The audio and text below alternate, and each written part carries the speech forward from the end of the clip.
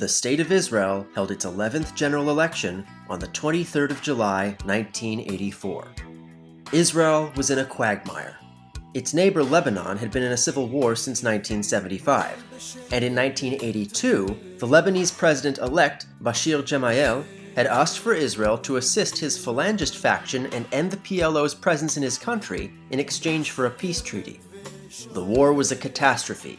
Gemayel was assassinated soon after Israel's intervention.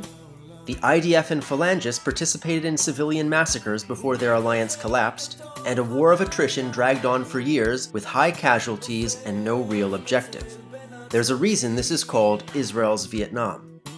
In response to this, as well as to the death of his wife, Prime Minister Menachem Begin resigned in 1983 and was replaced by Yitzhak Shamir, the controversial former leader of the far-right militia Lehi during the War of Independence. The economy was also spiraling.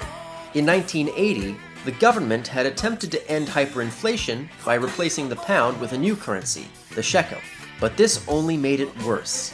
In 1981, Israel's four main private banks went under, and inflation rose from 130% to nearly 350%. After the previous election, more than 3/4 of seats in the Knesset were held by the two main parties, an all-time high. Despite their historic popularity, the 1984 election saw an explosion of minor parties. The Progressive List for Peace was a coalition of independent leftist Jewish and Arab activists committed to the establishment of an independent Palestinian state in the West Bank and Gaza Strip. Yachad was formed by Ezer Weizman after he was kicked out of the Likud for opposing settlements in the West Bank. Both it and the conservative Ometz were remnants of an earlier alliance with left-wing former General Moshe Dayan that fell apart when Dayan died. And Morasha formed to promote a religious capitalist alternative to Mafdal.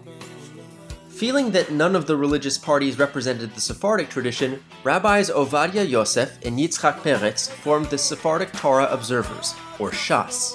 Although an ultra-Orthodox party, Shas promoted a left-wing economic agenda, further peace agreements with Israel's neighbors, and the formation of a broad national unity government. But there was another, far more controversial party. In 1971, American-born rabbi and convicted terrorist Meir Kahane formed Kach, dedicated to reforming Israel into a theocratic monarchy and to the ethnic cleansing of non-Jewish citizens. After over a decade of non-viability, growing backlash to the peace with Egypt propelled Kach's support to 1%, just enough to win a seat in the Knesset.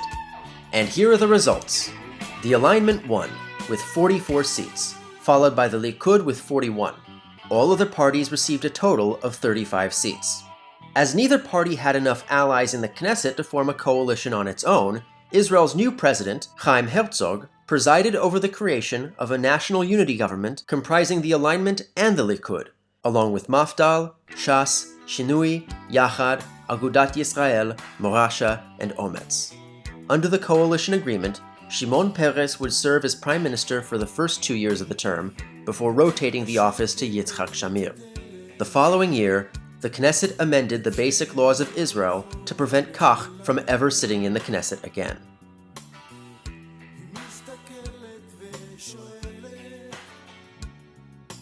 איפה יש לו בית